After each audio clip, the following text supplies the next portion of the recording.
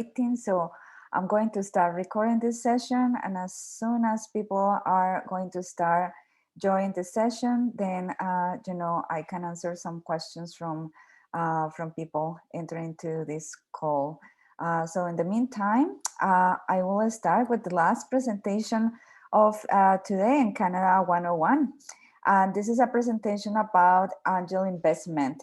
So first of all, thank you for participating today in our Canada 101 workshops. As you know, we already introduced immigration options with bright immigration, incorporation options with OCL law.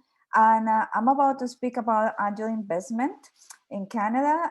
So this session is important since we always get questions from startups about angel investment or venture capital, and how easy it is to get rounds, investment rounds in the country, and how accessible are investors to international startups. So if you guys have any questions while I'm speaking, just go ahead, put it in the chat. I'm more than happy to share, to answer your questions while I'm speaking here. There is a bunch of information about angel investment here in the country. So I will start basically showing the highlights, but you can ask questions about some other aspects of angel investment, and I will be happy to share those. So first of all, let me go to the first slide. Here we go. So the pandemic changed a lot of dynamics in angel investment. Some strong pillars of how it works in angel investment in Canada is still the same. Here I'm going through some general observation about how angel investment is actually perceived in the country and the context, so you can understand better about how all this works. So first of all, understanding that angel investors look for traction in North America, at least the ones that are here in Canada.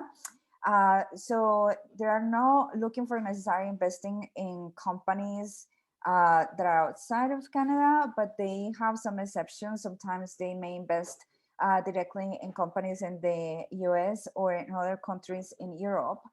Angel investors in Canada are mainly conservative too. That's kind of the second point here. So more than the investors in the US, but less than some investors in emerging markets. So that's another point to consider. Third point will be angel investors tend to be mentors before they invest. So they specialize many times in a particular tech sector or have associates that know some of the tech sectors that they may not have enough information. So one thing to consider really good is that angel investors don't have experience that they don't have experience in the sector or linked to a particular tech sector, then will be very unlikely that they are going to invest in a company. Meaning that if you are going to be, for example, if your company is in fintech and you are reaching out an investor that mainly has been investing in green tech companies, then it's very unlikely he's going to invest in fintech. And when I say unlikely is because sometimes they may have some other investors around them that may be, actually investing on co-investment with them. So you will find that there are some investors that are, they don't have a particular sector. They will be exploring different sectors as far as they have the network around them. So angel investors also tend to be mentors before they invest. They specialize many times in particular tech sector, have associates, that have a strong knowledge in those sectors. So that's important also to know that mentoring is a big part of angel investment here. There is a significant difference between the startup ecosystem in the US and Canada. One of them is the access to government grants. As Canada has many options for Canadian startups to access social grants, investors will expect companies to try to access those grants before they actually looking to invest in the market. So sometimes, this fact that I mentioned about investors being conservative here in the market is because there's a bunch of opportunities for startups to actually access to early funding or opportunities to get funded in different ways, through government grants or through some good low interest loans. So sometimes they decide that if you have the opportunity to get that first instead of getting angel investment, then you go for the free money first. That's kind of the idea.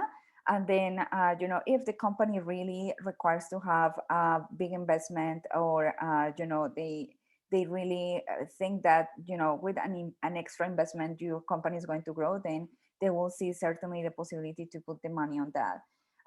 So the last point is, even during the pandemic, investors are looking for options to invest. There is certainly harder to invest right now than pre-pandemic, especially for first investments. So late investments actually are doing good. I'm going to show you some data that will reflect that part. It's very important people understand that part too. There is like, a feeling that maybe because of the situation and the recession and things like that, investors may not be looking for investment opportunities at this point, but they do. The only thing is that for those that are looking for first investment, and you haven't had any investors in the past, then it's a little bit harder than previous pandemic. So go to the next slide here. One interesting thing to notice is that startups in later stages are getting more investment in the last year. Looks like the tendency continue even during the pandemic. The other interesting fact is that American investors increased their investment in Canada, in the Canadian startups, from 30% to 48% last year. And the reason why this happened was like the pandemic gave an opportunity to investors in the USA to look at other stable markets such Canada, and they were able to secure investment in the country. Also, kind of, as probably everyone of you know, the political and social dynamics in the US contributing to this part, this phenomenon last year. Normally, we will have some investors from the US, investing in Canadian companies, especially those companies that go to Silicon Valley to, secure funding for them. But this time has been like the tendency goes the other way, is that investors in the US looking for investing in companies in Canada or Europe, they are kind of diversifying portfolios. So that's, that's kind of the tendency last year. Go for the next slide here. So this is another important fact when we are talking about angel investment in Canada. This kind of will sound a little bit weird, but you can see here that 67% of the angel investment groups are nonprofit structures. And how they survive usually is through fees, and they don't take equity over the startups, but they kind of give mentoring and advice and invest in the companies. First the mentoring and advice go for a fee, and then they invest for the companies through a for-profit organization. It's a kind of the structure. More than 50% of those groups that are actively right now are groups that were active since 5 years ago, and 28% have more than 10 years operating in the market. Some of the hot technologies we have seen that these groups are right now investing on is in health tech, ed tech, and fintech. Okay. Those are kind of the first things to talk about. Now, I'm going to this financial funnel that hasn't changed that much in the last years.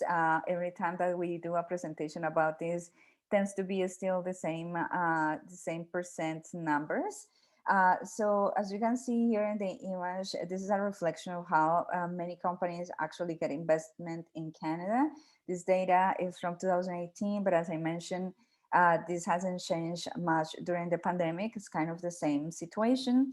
So 65,000 businesses approached investors, for example, in 2018 here in the country. 21% was immediately declined to get investment, and just 17% of that group continue into a selection process with investors.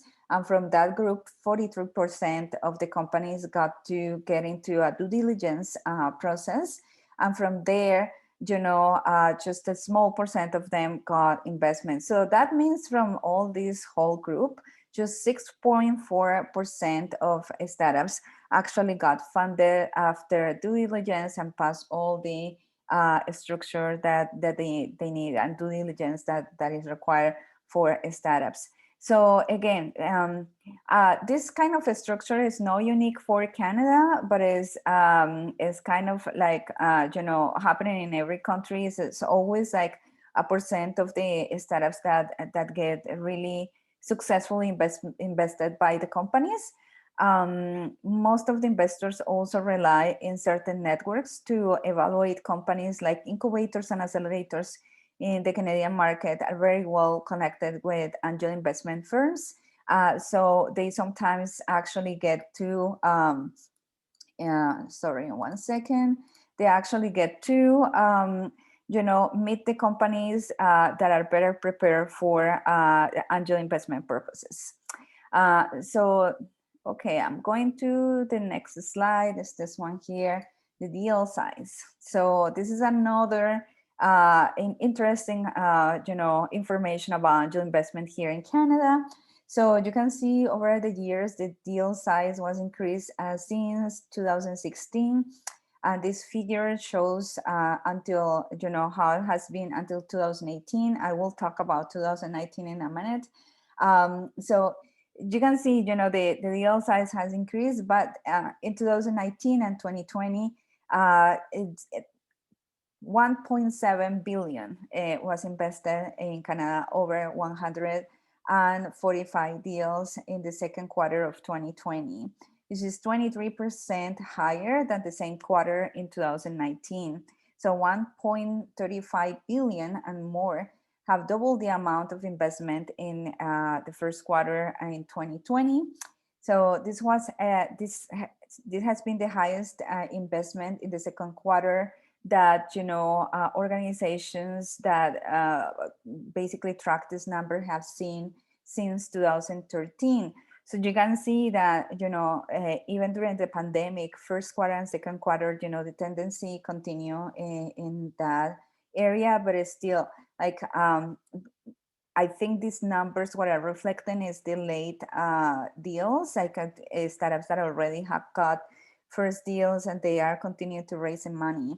So larger deal size, like $20 million Canadian dollars, there are most of the dollars invested in the first quarter of 2020, which accounts for 69% of the total dollars invested. In 2020 also got like 11 mega deals, $50 million or more that were closed in the second quarter of 2020. Totally invested was $884 million. As a result, also, the average deal in the second quarter of 2020 was 11 million, around 12 million almost, which is 56% higher than the average deal size during the 5 years period from 2015 to 2019, when the deal size was 7.3 million. So larger stage Canadian companies receive 50% of all funding, so 1.2 billion in total in the first half of 2020.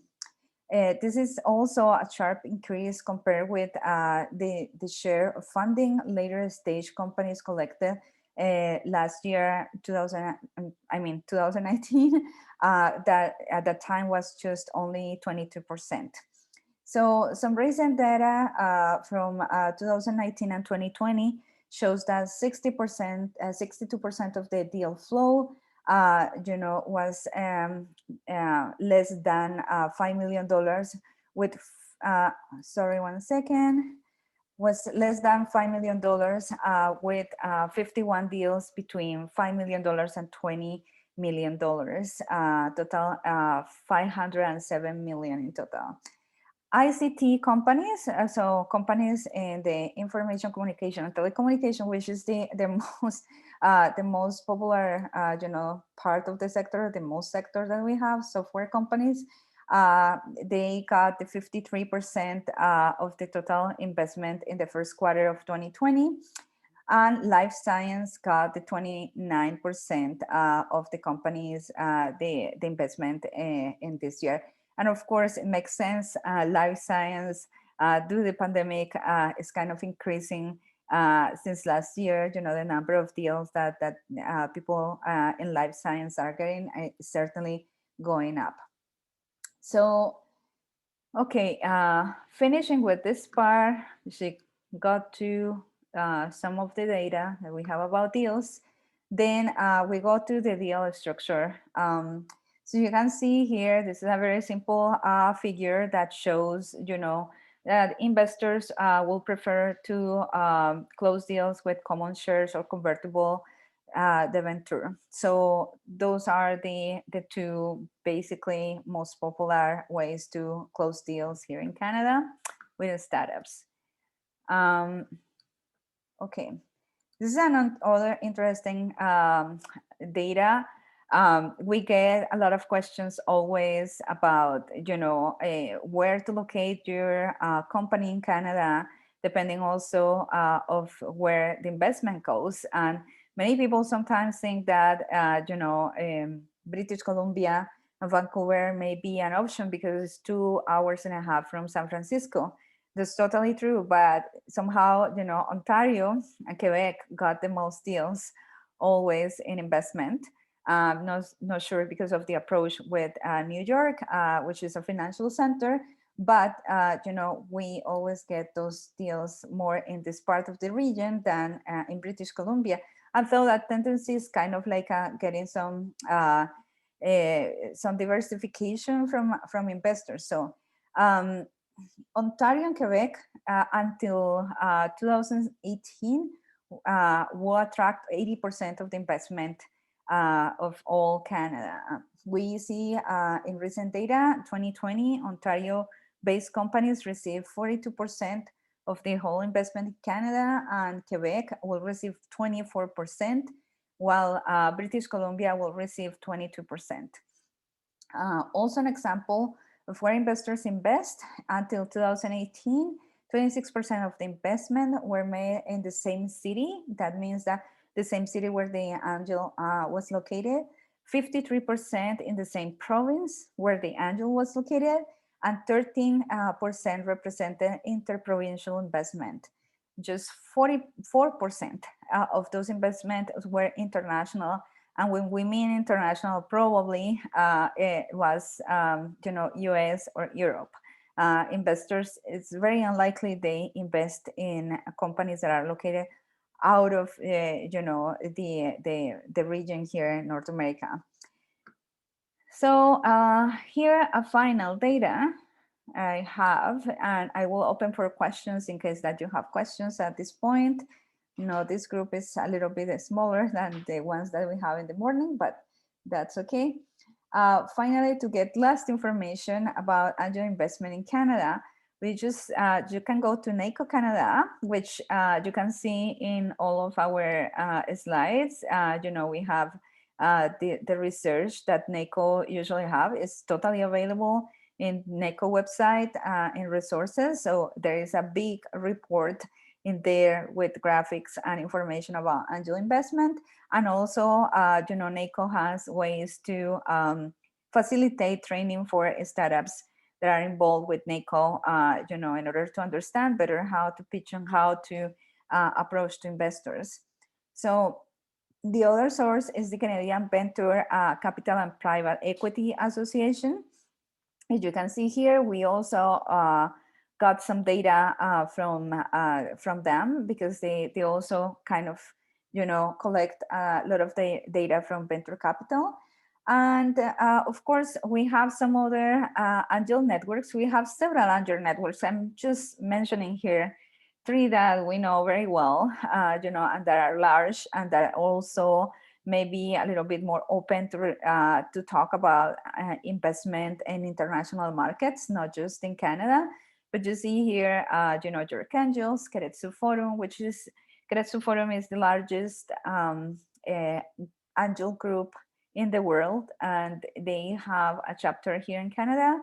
So they also they're pretty much international. NACO is more like the angel investment network that associates, all the angel investors, venture capitals, incubators, and accelerators in Canada.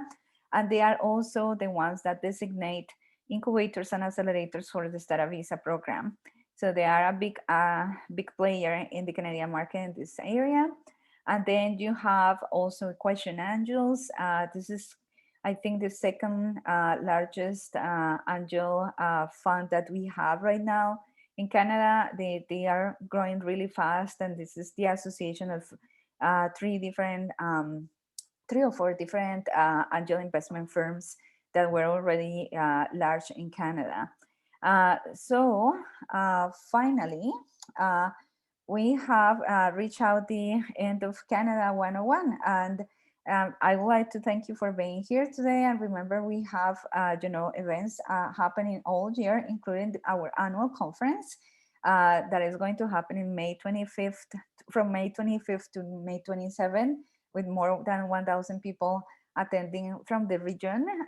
This is mainly Latin America, Canada, and some people also outside the region they attend, and you will have the opportunity to network and have video chats with other attendees. So I would like to open for questions here for Angel Investment session. If you have particular questions about how to approach investors here, or what is the best way to do it, just please let me know. And final recommendation before we go for any question is that if you guys really want to know, and I'm going to open here the chat because I cannot see that, no. Okay, I'm opening here the chat in case somebody wants to ask questions, so you can actually open your microphone as well. But one final recommendation I have for you guys is that the government of Canada has an app that is called Canada Business. It's a very simple app where you find information about business grants, how to open a business here in Canada, different kind of opportunities, even the financial, the financial part of your company. This is a very, I don't think you can see it really there. This is a very simple kind of app where you can find all this information, including, all COVID-19 resources for business, how to start your business, how to finance your business, get permits and license, and of course, grants opportunities in the market are very important for you guys. So not sure if anyone has any questions. No, anyone wants to open the microphone?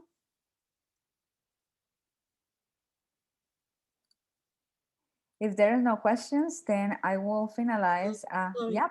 Yeah. Hi Could you, there. hi there.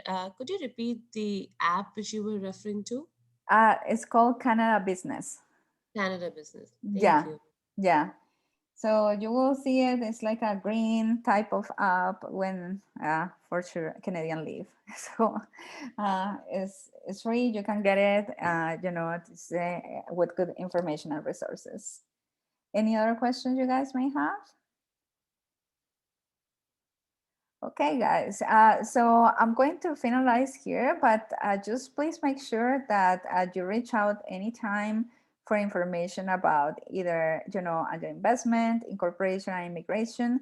We are certainly going to pass this video so people can, you can review it anytime. And any other questions, just send us an email. It has been a pleasure to have you today, and I hope that information provided during the Canada 101 sessions was helpful for your business or for your immigration purposes in Canada. So thank you so much. Have a great day.